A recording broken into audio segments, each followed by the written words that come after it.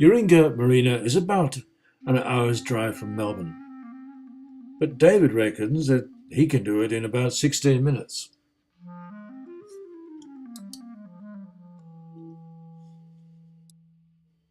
This is his Cirrus, a lovely four-seater plane with a single engine. But the thing that I like about it is it's got a parachute that'll open up and let the plane and yourself gently down to earth if there's any real problems.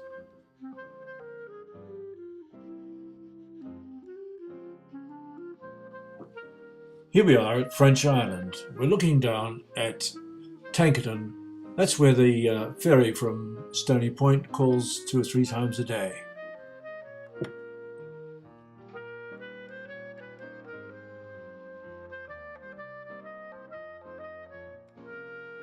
That winding channel where it goes all the way up to Turiton. Western Port Bay is a beautiful bay, fascinating bay. It's a great bay to sail because it's got so many navigational challenges. Look at this, Red Bill Creek that winds its way up a mile or so into French Island. It's about 1 boat width. That's about it. Turning around at the other end is pretty difficult. The bay is the site of the most southern growing mangroves in the world. Yet even so, you don't really expect to see a world-renowned marina just around the corner. But soon you will. Stefan Bozecki literally carved it out and built it in the last 22 years. An amazing feat. I remember when I first came there about end of '88, seeing Stefan and his dad. His dad was then in his 80s, hammering together the wooden platforms and putting them over the polystyrene blocks to hold the piers.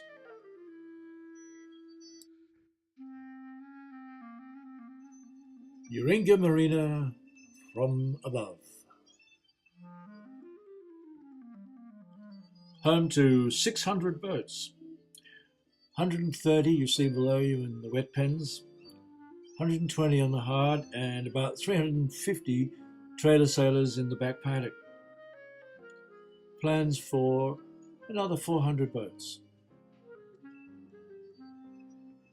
The biggest trailer sailor place in the world.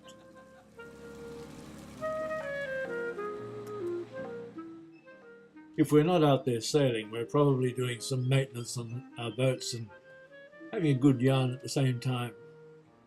It's a great place to be, that's for sure.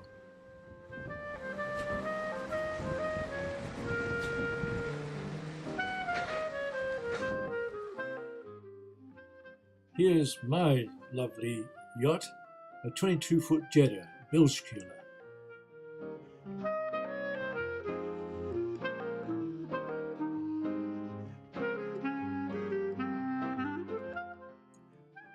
She may not enjoy sailing, but she's happy to come and help me work on the boat, so you can't ask for more than that.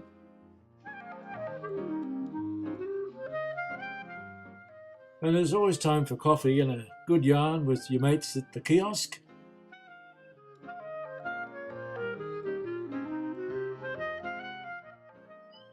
Always something happening up on the hard. Interesting seeing what the other guys are doing with their bigger boats, some of them quite old.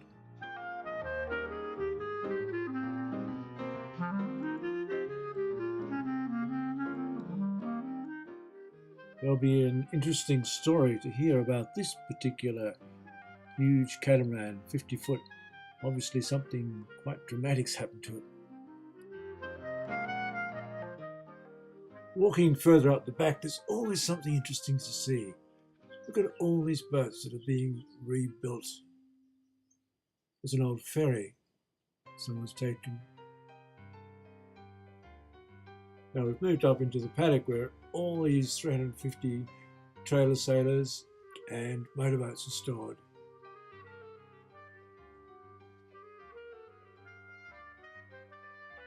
It cost about $1,600 a year, which, when you consider the boat can be launched and retrieved every day of the year except Christmas Day, washed down after it's been used,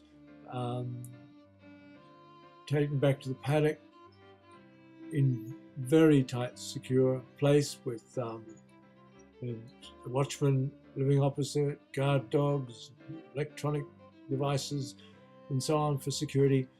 Yep, your boat is perfectly safe. Look at this, they're not all little boats there, are they? We now have a travel lift, you can see behind there, which will lift up these huge boats from the water and carry them around for maintenance.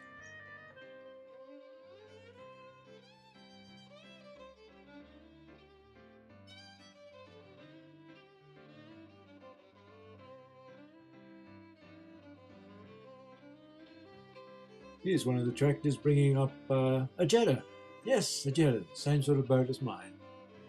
You'll see it'll come up to the office works and bring out the hose, and they wash the boat down, wash the salt off it, wash the trailer, and protect against rust, which is always the big thing when you've got a boat.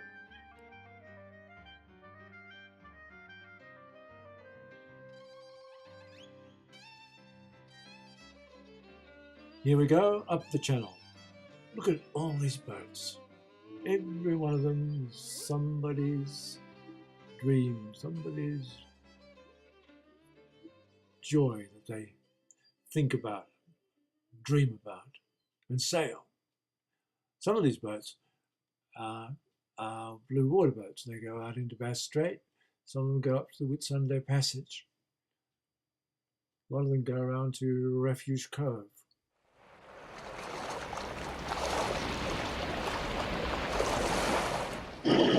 And this is what it's all about.